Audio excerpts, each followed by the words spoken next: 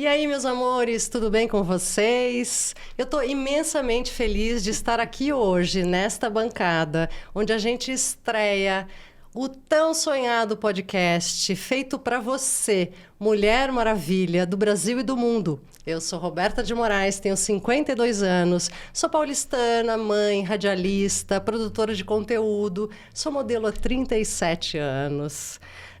Colunista do Portal do Andreoli, criadora da marca Poesia para Vestir. E aqui ao meu lado, para esta nova jornada, nesta bancada, a especial, tão amiga e tão querida Beth Corrêa. Olá, mulherada de todo o Brasil, do mundo. Sejam muito bem-vindas, amigas.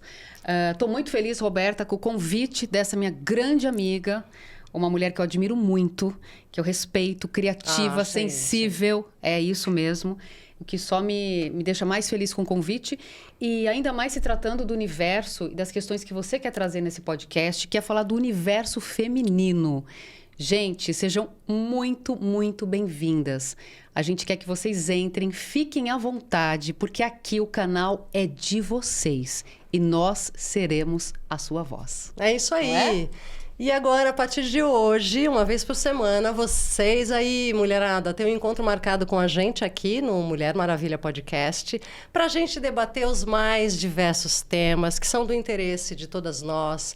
Dores, alegrias, prazeres, carreira, vida, família, maternidade, menopausa, filhos. São tantas coisas. As nossas inúmeras questões, não é mesmo? Sempre trazendo uma história real de alguma mulher, mãe, empreendedora, líder, algo que tem assim, que eu tenho certeza que vai te representar muito, vai conversar com você que está aí em casa nos assistindo e também entrevistas com especialistas dos mais diferentes temas, tá bom? Esse canal é de vocês, entrem e fiquem à vontade. Exatamente, Roberta, falando nisso, acho que a gente pode começar aqui a explorar um pouquinho e mostrar para essa mulher que está em casa quais são alguns dos temas que você já pincelou um pouco, mas um pouco mais do que é que a gente vai abordar aqui no canal. Então, a gente vai falar de tanta coisa, gente. Vai dar pano pra manga, porque é muita história. A gente tem muito assunto, muito. Não é mesmo? Olha, a gente vai falar, queremos muito falar sobre beleza, moda. E falando sobre moda, eu queria aproveitar, já que a gente tá... Uma pequena pincelada, vai, Roberta, coisa rápida. Vamos lá. Vamos lá, coisa rápida. Falando em moda, nós temos aqui a Roberta, que é modelo há 37 anos, que eu sei já, que começou aos 16. Conta pra gente só um pouquinho aí, Roberta.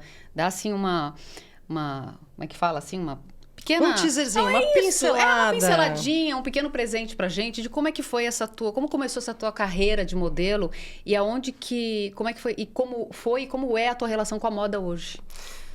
Vamos lá, vamos voltar no tempo, vamos voltar no século passado, Mulheres Maravilha, porque eu comecei aos 16 anos, eu era uma bailarina. E na minha cabeça adolescente, eu seria uma bailarina do municipal, viajaria o mundo na ponta dos pés. Roberta, quando que você se percebeu, criança? Quando é que foi que você percebeu esse sonho em você de ser bailarina?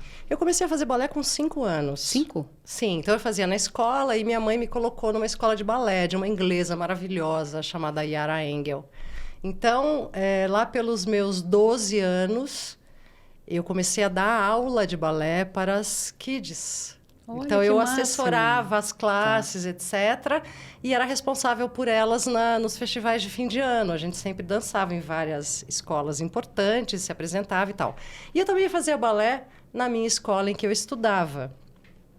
Um belo dia, me acidentei ali jogando um handball, porque a pessoa operava em modo polvo, né? Ela fazia uma série de coisas. Aliás, gente, não, operava não. Nós, mulheres, nós operamos a gente opera, em modo não polvo. Fala aí, quantas tarefas... Quantas tarefas a gente tem por dia, não é? Equilibrando papéis e bandejas o tempo todo. Pois é, você de casa sabe bem quantos papéis você assume, quantas tarefas você desenvolve. Primeiro turno, segundo turno, terceiro turno, quarto turno, não é mesmo? E só termina quando acaba, né, gente? Exatamente. Ou quando acabam as forças e a gente vai dormir. Bom, então voltando para o tema, eu estourei o joelho. Na época, meu pai, que é médico, achou melhor eu não fazer a tal da cirurgia corretiva e eu parei de dançar. Então, aí fui ensaiar as pessoas todas no meio desse caminho e desse ó vida aos céus, acabou tudo, porque agora eu não sou mais bailarina. Minha mãe falou, você está muito triste, vamos comigo ali numa final de de um concurso, acho que é o único concurso de modelos internacional que tem no Brasil, não sei o quê. Bom, resisti um pouco, fui. Quando tudo terminou, cada um indo embora para suas casas, etc., me surge um ser que era o dono da maior agência no Brasil naquele momento, que era Casting Models. Olha, tá Monsieur vendo? Bernard Remy. E ele falou, puxa, sua filha está aqui embaixo, ela teria que estar lá em cima, porque ela teria ganho este concurso. Que máximo, e a tua mãe? Deu Qual um foi a reação? cartão. Minha mãe achou tudo o máximo. Ai, minha filha, vamos lá, filha. Olha só, você parou de dançar, mas agora você vai ser modelo, não sei o quê. E eu confesso que eu resisti até o dia que me acionaram lá em casa.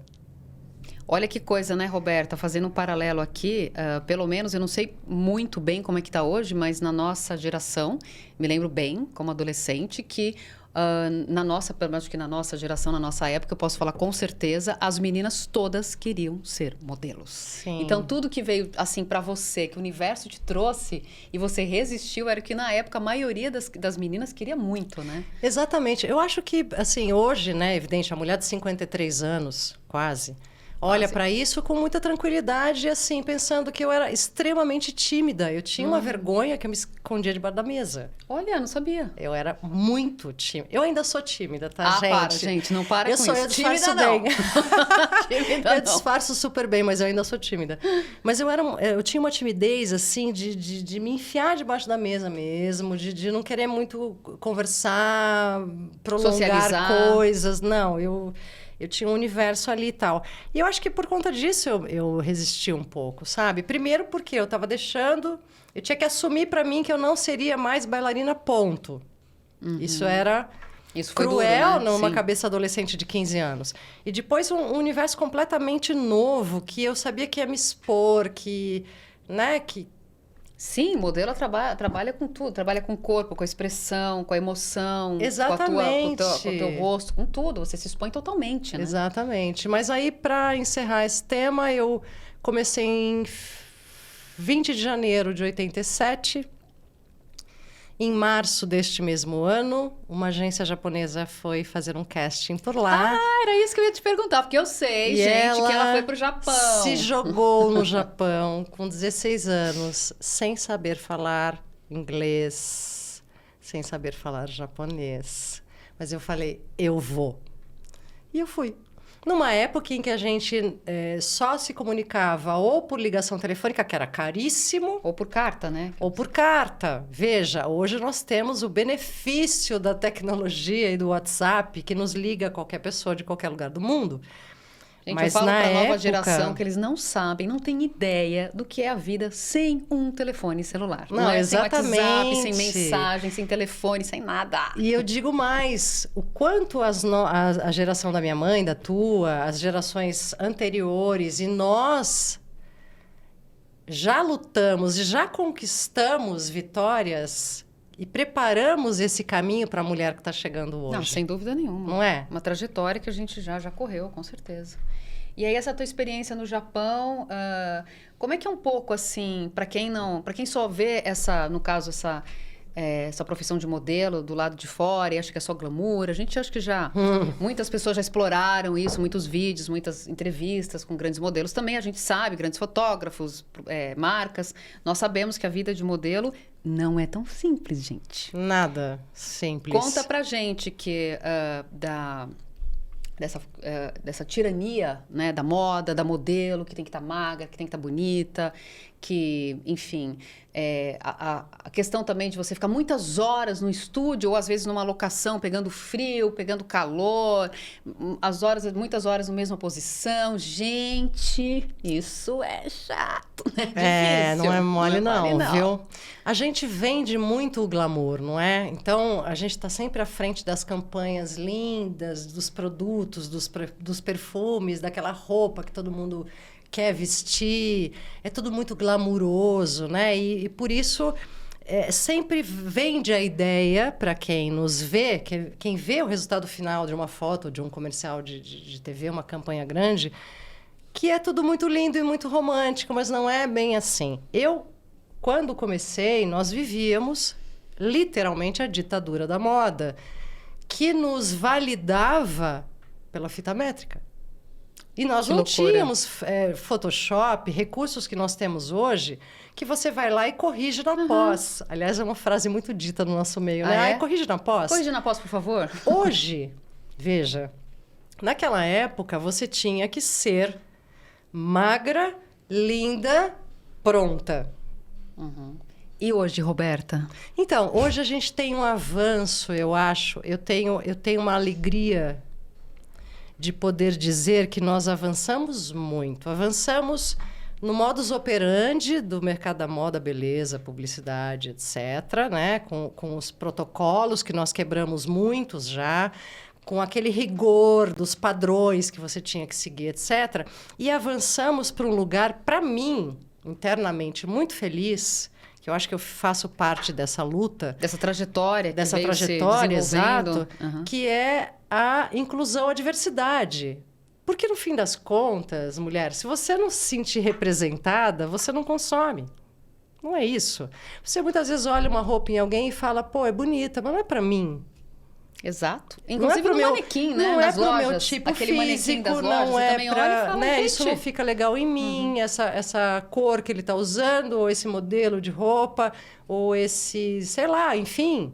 Você só vende realmente quando você representa alguém, uma classe, um grupo, uma sociedade, uma comunidade, uma mulher. Tá Sim. certo? Então, eu acho que esse momento é muito saudável. Eu acho que nós avançamos muito como humanos e como mercado, tá? Que bom, né? Acho que foi uma inclusão, não é? evolução A humana. moda hoje está mais inclusiva, não é? É, porque nós temos um mercado que, quando eu comecei, era extremamente segregador, Sim. preconceituoso. Ah, não tenho a menor dúvida. Tá certo? E isso é inegável, né? Eu seria muito hipócrita de dizer qualquer coisa ao contrária. E então hoje nós temos um lugar muito mais confortável, porque já vencemos um caminho, uma batalha para quem está chegando hoje.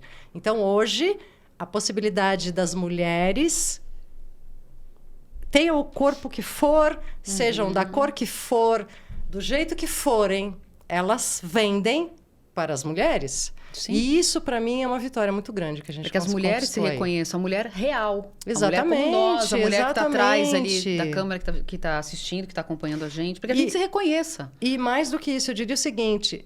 Hoje, eu não vou dizer que hoje eu trabalho muito mais do que sempre, mas eu trabalho muito bem hoje porque eu represento as mulheres que estão quase nos 50 ou mais de 50. Olha que máximo. Isso não tinha antigamente, Imagina, né? isso era impossível. Com 40, Você imaginava... 35, a modelo já acabou a carreira. 35 acabou a carreira. era 35 já velha, gata, muito era velha, idosa. gata, velha. 35 era idosa. A gente tem mulheres de cabelos brancos. Hoje, na moda. A gente na tem moda. mulheres É moda hoje. que têm os seus corpos maravilhosos, plus size, ou a gente ter uma mulher com as suas manchinhas, com a sua diferença. Sim. Isso não existia, minha amiga. Isso é coisa de bons tempos, atuais tempos. Mas que bom que hoje a gente está nesse lugar e você mesmo aqui representa esse mercado, mostrando pra gente que a mulher de 50, mais de 50, tá fazendo muito, porque afinal de contas, as mulheres com mais de 50, gente, tô quase lá, a gente tem que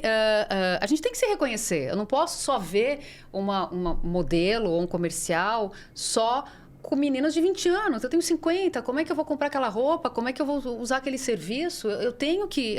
O mercado tem que entender que ele tem que esticar isso, né? Exatamente. E ainda bem que eles estão entendendo. Acho que o mercado de moda, de serviços, de consumo, o mercado de entretenimento, tudo. O mercado tem que se abrir, não só para a mulher, acho que no geral nós estamos envelhecendo. O Brasil é um dos países que mais envelhece, né?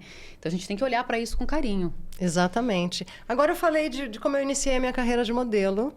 E você vai me contar como foi a sua estreia. Porque esta mulher é atriz, gente. É uma atriz talentosíssima que vocês precisam ver no palco, nos palcos. E eu quero muito que você nos conte. Eu vou adorar, como é que foi tua estreia. Vou adorar que as mulheres, principalmente, e os homens também, porque é muito importante que eles assistam. Vou falar rapidamente de um espetáculo que eu fiz recentemente, que a Roberta Maravilhoso, assistiu. gente. Essa mulher fez um monólogo que eu particularmente, assim, com temas da nossa vida real, Ela pode falar muito melhor que eu sobre isso. Temas duros, duríssimos. E muito emocionante. Por favor, Beth. Eu, na verdade, eu me formei... Então, quando a gente tenta trazer a data, vai ficando cada vez mais complicado, né, gente? Mas eu me formei em 96, então já faz uns... Eu tô com 49, eu tinha 30. Gente, faz 30 anos que eu me formei no Teatro Escola Célia Helena. Eu sempre quis ser atriz, ou eu sempre quis trabalhar com cena, desde pequena. Eu pegava as roupas da minha mãe, eu chamava minha irmã, eu chamava os vizinhos. Gente, o que a gente ia brincar hoje? De teatro. Desde os 10 anos, 10, 9. Eu juntava... eu tinha um grupo de amigos da rua, e na época a gente fazia isso, tá, gente? Pra quem não é da nossa geração, quando eu tinha 15, 16, a gente brincava na rua. Nós descíamos os vizinhos, né, amiga? Essa liberdade. Nós ficamos na rua o dia inteiro. Às vezes a gente ia tomar café, lanche na casa de um, lanche na casa do outro, e nesses momentos, o que a Beth queria brincar? De teatro. Aí eu juntava os grupos, falava, gente, vamos fazer tal peça hoje, vamos fazer tal peça. E eu nunca esqueço, uma vez, eu tinha 11 anos, eu estava na escola primária, e a professora de português pediu que a gente fizesse uma peça baseada em literatura, algum livro que a gente tinha acabado de ler. Aí o que eu peguei, depois eu descobri também que eu sou, como é que fala a palavra? Pessoa que, dominadora não, aquela pessoa que pega tudo pra si, esqueci o nome agora. Você é controladora. Controladora, é isso, eu descobri que eu sou um pouco... Não, gente, quem aí de casa não tem o seu viés controlador? Aí eu descobri lá no teatro da escola que com 11 anos, hoje eu olhando para trás, eu percebo o que eu fiz. Eu peguei a peça, eu roteirizei a peça, eu distribuí os papéis. Olha quanta prepotência. Não, você vai fazer fulana, eu vou fazer cicrana, eu lembro que eu fiz a mãe não sei de quem. Eu cuidei do cenário, eu ainda dirigi a peça. Não, gente, você entra por aqui. Mas hoje eu tenho esse olhar. Maravilhosa. Mas na época, eu agia absolutamente naturalmente. E hoje eu olho e falo, gente... Mas, amiga, eram seus talentos que você só estava colocando ali à disposição de toda a vizinhança e sociedade, muito divertido. não é? Então, eu já gostava, eu já brincava em casa, eu já usava... Eu imitava as novelas. Eu via a cena de uma novela... lembro de uma com a Bruna Lombardi, que esqueci o nome, e com Tarcísio Meira, ela chegando assim de malinha executiva, aí eu ia lá pegar a malinha, ela fez a cena, eu fazia em casa igualzinho ela estava fazendo. Sensacional. Eu já me via aí. E aí, mas só lá com 19 anos que eu fui realmente prestar uma escola, entrei no Célia Helena com 19, saí com 21, era uma escola técnica na época, hoje é uma escola de terceiro grau, enfim, uma universidade super bacana. E de lá não parei mais, porque quando eu entrei no teatro, eu fazia à noite, eu trabalhava durante o dia, e as pessoas que eu encontrei ali naquele lugar, eu me reconheci. Eu me sentia assim tão feliz, mas tão feliz. Todo dia, para mim, as pessoas às vezes têm preguiça. Por causa do mesmo sonho? Como você se viu reconhecida? Porque você está no mesmo lugar, por exemplo. Eu fui depois fazer faculdade de publicidade e propaganda. Eu não tinha nada a ver com aquelas pessoas, aquela maneira de pensar. É outro lugar. Então, quando eu estava no teatro, eu via as pessoas que gostavam das mesmas coisas que eu. Perfeito. Que gostavam da cena, eu me reconhecia, eu queria me colocar em cena, eu queria discutir, eu queria falar com o professor. Eu estava no meu lugar. Eu descobri o meu lugar. Falei, gente, daqui eu não saio mais. E realmente não saí. A duras penas, muitas vezes, com muitas dificuldades, mas não saí. E esse monólogo, só para fechar aqui o assunto, que a Roberta acabou de falar, chama A Mulher e um Corpo. É um monólogo que é um texto do Kiko Marques e que ele escreveu a partir de um relato real do que aconteceu realmente com uma mulher. E é o que mais me aflige, porque, como eu disse para a Roberta, que eu adorei o convite para fazer o podcast, o universo feminino me fascina. E eu gosto de falar da mulher e de tudo que diz respeito a ela. E eu queria justamente contar a história de uma mulher, né? Colocar ela em cena e ela sozinha, porque às vezes a gente, com muito ruído em cena, a gente não ouve a voz da mulher. E eu queria colocar ela em cena. E ela contando a história dela. E essa história é uma história terrível, uma história trágica que aconteceu numa favela do Rio de Janeiro, que uma moça, acho que de 20 e poucos anos, teve o pai assassinado por o chefe do tráfico. Se não me engano, isso aconteceu na favela da Maré, no Rio de Janeiro. E um desembargador, uma vez no Roda Viva, falando de segurança nacional, ele falou que quando ele entrou na favela, viu um corpo em decomposição na calçada e ele pediu que o camburão, caveirão, não sei como é que ele chama ao certo, retirasse o corpo. Acho que é caveirão. Acho que é caveirão. E o líder comunitário disse não.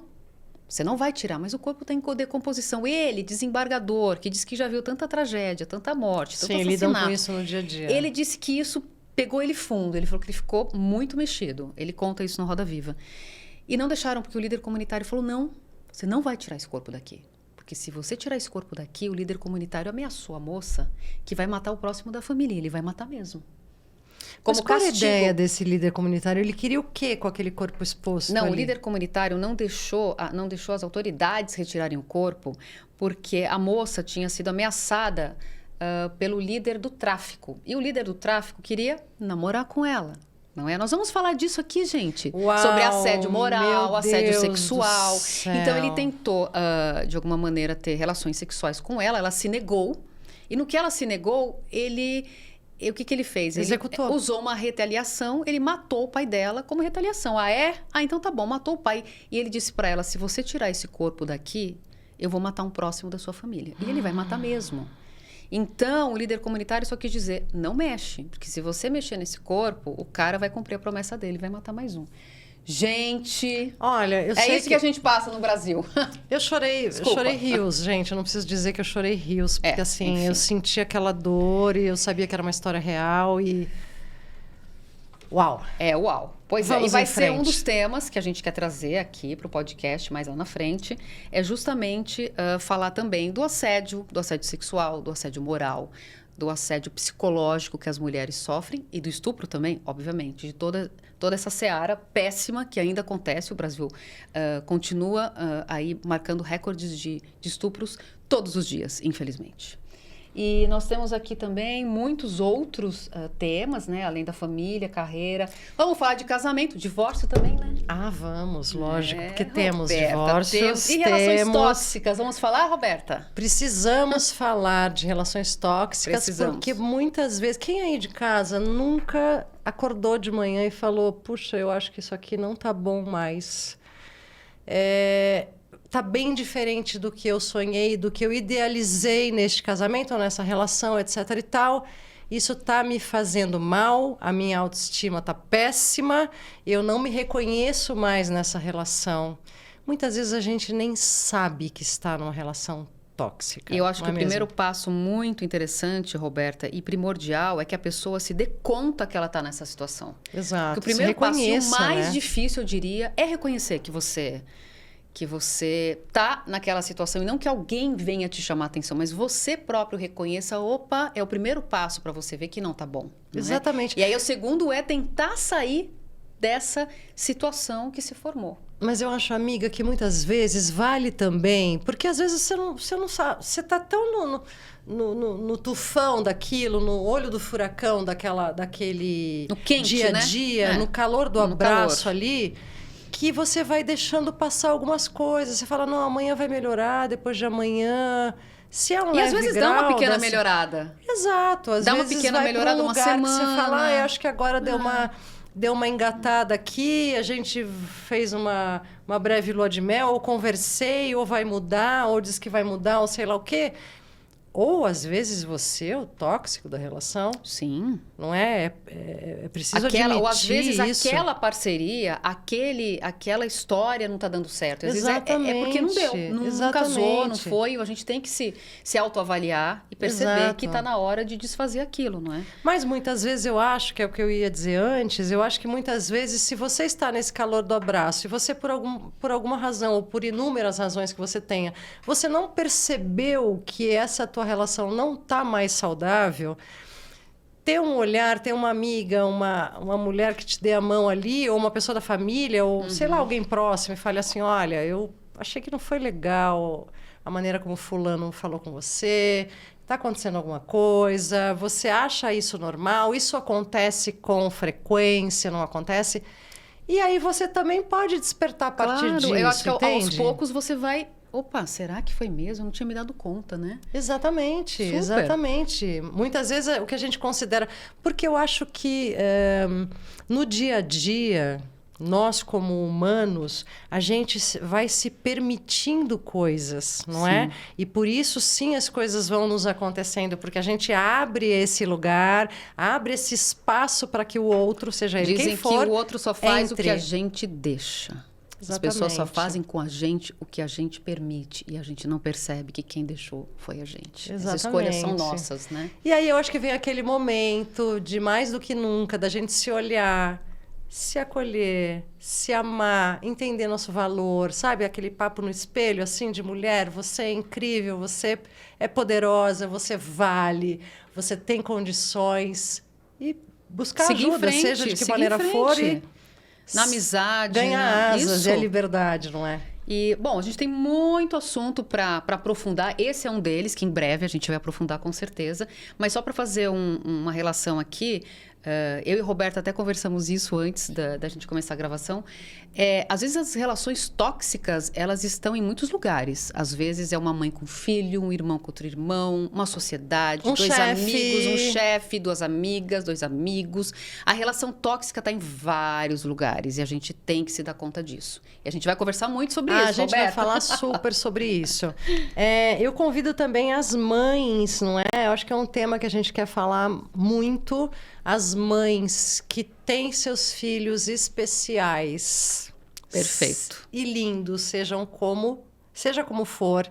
A gente também quer trazer esse papo, essa discussão, saber como é a vida dessa mulher, como é a vida em família, como ela é apoiada ou não é apoiada, qual é a relação com esse filho e como é que tudo isso se dá e se desenvolve nos dias de hoje. Desenvolver essa questão da maternidade, acho que das relações de educação com os filhos, não é?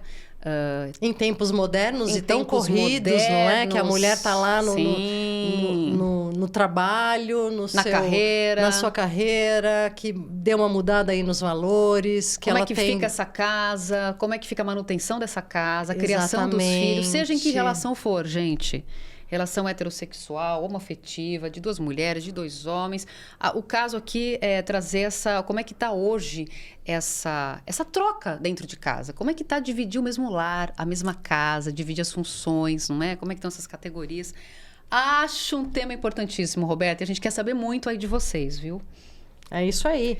E vamos falar de saúde mental e física, porque sem essas duas saúdes a gente não vai a lugar nenhum, não é mesmo? Não vai mesmo. A gente teve agora o Janeiro Branco, em que a gente debateu e discutiu, inclusive fiz um podcast anterior com um psicanalista falando sobre essa questão da saúde mental, o quanto é importante, o quanto a nossa sociedade, a comunidade científica tem colocado um olhar muito importante sobre essa questão, porque eu acho que sem saúde mental e emocional, que a nossa sociedade, acho que fundamentalmente depois do pós-pandemia, esse tema ganhou uma lente de aumento, não é? E acho que dentro desse tema tem uma questão muito importante para a gente trazer, que tem sido muito debatida, que é a questão das redes sociais, a questão dos adolescentes, Sim. dos jovens e dos adultos também. Como é que está sendo essa relação da gente com a rede social? Como é que a gente está se enxergando lá? Quem é que nós somos lá? Quem é que a gente vê lá? Quem é essa pessoa que está ali? Será que sou eu mesmo? Ou será que é a Roberta mesmo? Ou será que... eu acho que essa relação é muito bacana também da gente trazer para cá, para a bancada, para a gente discutir, de repente, com psiquiatra, com psicólogos, porque depois da pandemia, eu também acho que as coisas começaram a se perder mais. Exatamente. Não, e entender esse limiar, né? Até o que é saudável. Porque a gente sabe que as pessoas se comparam com as outras. Em qualquer quesito e qualquer área da vida, as pessoas se comparam. Então, a gente esquece que por trás da tela, a vida é uma. E que na frente da tela, o que eu publiquei é o que eu quero que você saiba sobre a minha vida. Tem a ver com o que a gente começou hoje falando da carreira de modelo. Exatamente. Tem muito a ver com isso que a gente estava falando sobre o que aparece na propaganda de uma lingerie ou na propaganda de um perfume.